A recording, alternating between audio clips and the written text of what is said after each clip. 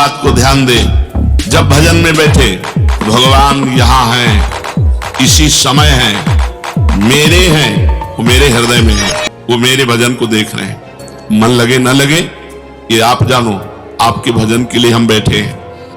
अब कोई भी देश काल वस्तु व्यक्ति परिस्थिति घटना क्रिया उसके चिंतन में स्फुरित हो, इसमें भी भगवान है, इसमें भी भगवान है। क्योंकि भगवान से रहित कोई घटना, कोई परिस्थिति, कोई वस्तु, कोई क्रिया, कोई स्थान हो ही नहीं सकता, क्योंकि भगवान सब में है, सब समय में है, सर्वत्र है।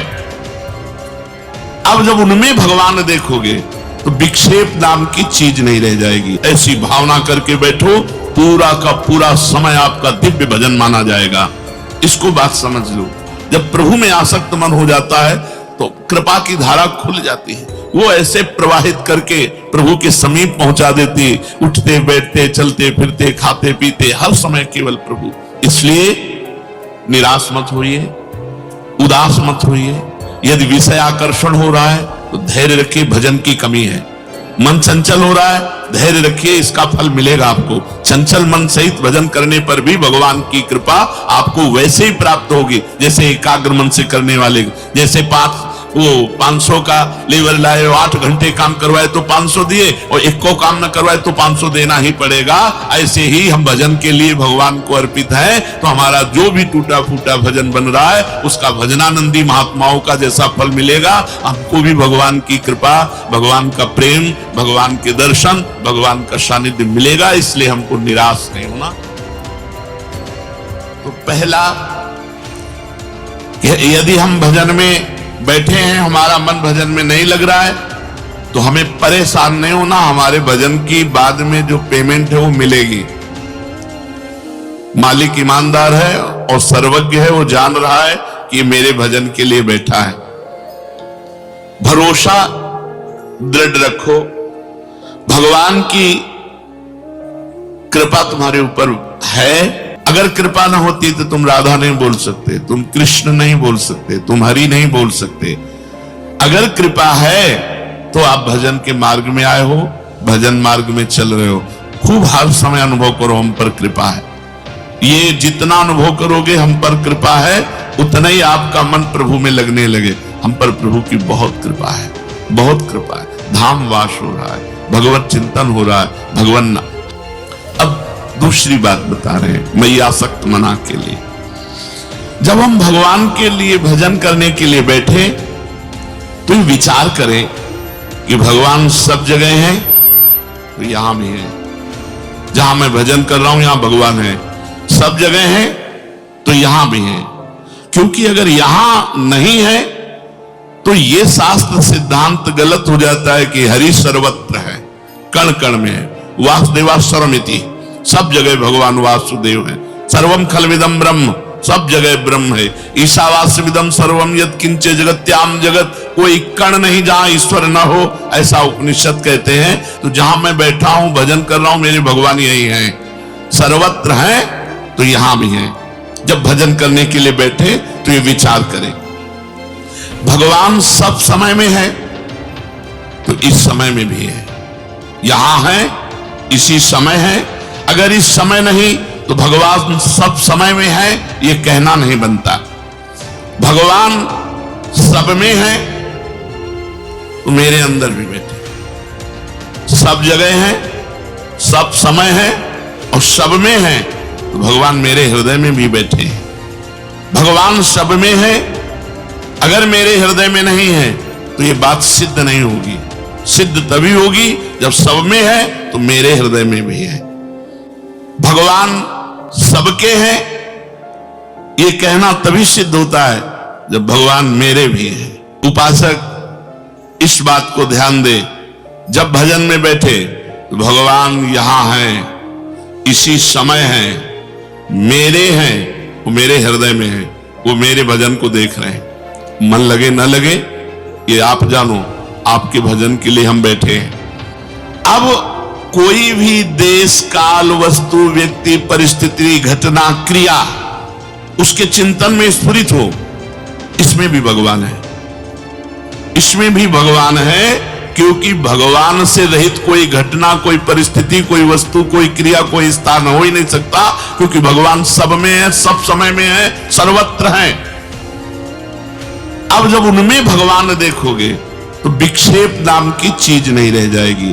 इसलिए भगवान नाम जप करते हुए प्राण में, मन में, बुद्धि में, शरीर में, शरीर के रोम रोम में, जगत के कण कण में मेरा इष्ट विराजमान है, ऐसी भावना करके बैठो, पूरा का पूरा समय आपका दिव्य भजन माना जाएगा। ये तो भगवान ने कहा मैं आसक्त मना, मेरे में आसक्त मन वाला। भगवान के आसक्त मन वाला हो और आश्रय किसी और का लिए हो, हमारा कोई आश्रयदाता कोई और हो तो भी बात पूरी नहीं बैठेगी। इसलिए भगवान ने कहा मदाश्रया, मेरे ही आश्रित हो।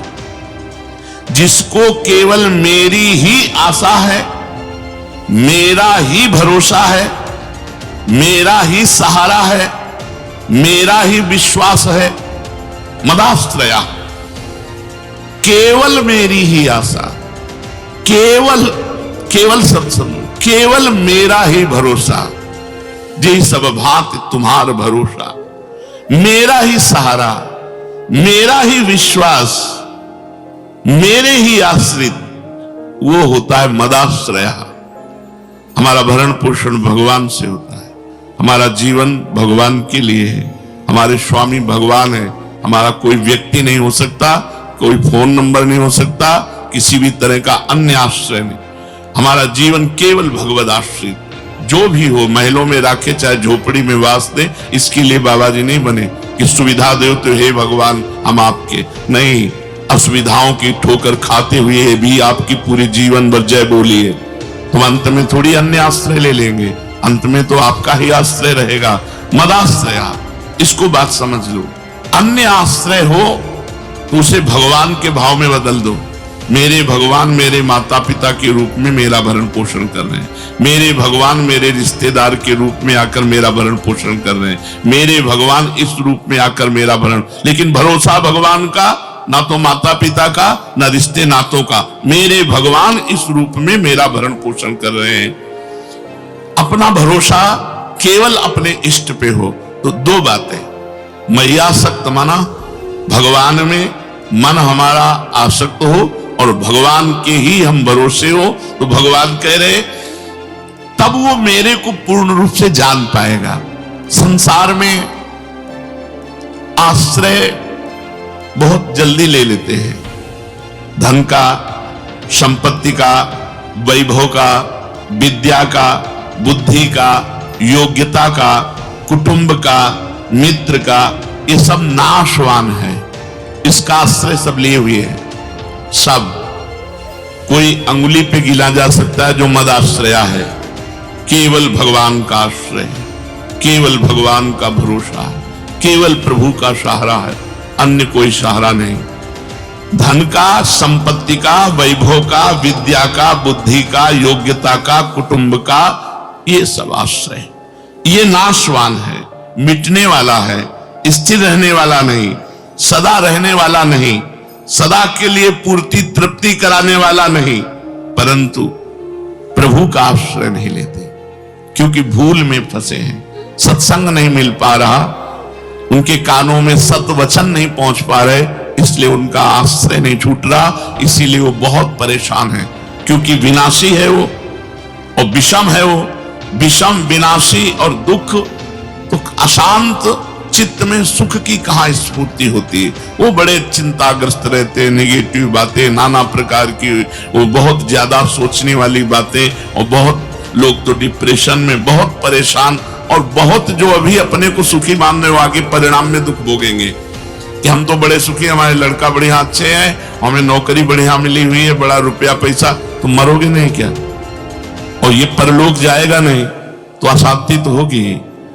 एकमात्र भगवान का आश्रय, किसी अन्य वस्तु, व्यक्ति, स्थान, किसी भी का आश्रय ना हृदय में हो और गाढ़ चिंतन भगवान का नाम का, भगवान के मंत्र का, तो वो रूप की झांकी, रूप की झांकी के दर्शन का मतलब है वही छप जाना। प्रभु के रूप का दर्शन ऐसे नहीं जैसे कितने लोग आते हैं कहते हैं हमें भगवान के दर्शन हो गए, पता नहीं क्या क्या प्रपंच साथ में बोलते हैं। जीव ही एक बार भगवान का साक्षात्कार होता है, जीव की अविद्या नष्ट हो जाती है, दिव्य ज्ञान स्फुरित हो जाता है और नेत्रों में वही बस जाते, छप जाते हैं। प्रिय के रूपानंद में, भगवदानंद में मन डूबा हुआ है। बार बार वो अपने प्रीतम की रूप माधुरी नख शिखलों अनुभव करता है। ऐसा रूप, ऐसा आनंद, अश्रुधारा बह रही है। फिर अपने रस मातो, जो अपने प्रिया प्रीतम उन्हीं के रस में डूबा हुआ, कुटुंब देह ते जाए छूट सब ही विधिना। तो ये गाढ़ स्थिति मैयासक्त मना में, जब प्रभु में आसक्त मन हो जाता है तो कृपा की धारा खुल जाती है। वो ऐसे प्रवाहित करके प्रभु के समीप पहुंचा देती, उठते बैठते चलते फिरते खाते पीते हर समय केवल प्रभु। इसलिए निराश मत होइए, उदास मत होइए। यदि विषय आकर्षण हो रहा है तो धैर्य रखिए, भजन की कमी है। मन चंचल हो रहा है, धैर्य रखिए, इसका फल मिलेगा आपको। चंचल मन सहित भजन करने पर भी भगवान की कृपा आपको वैसे ही प्राप्त होगी जैसे एकाग्र मन से करने वाले। जैसे 500 का लेबर लाए, 8 घंटे काम करवाए तो 500 दिए, और 1 को काम न करवाए तो 500 देना ही पड़ेगा।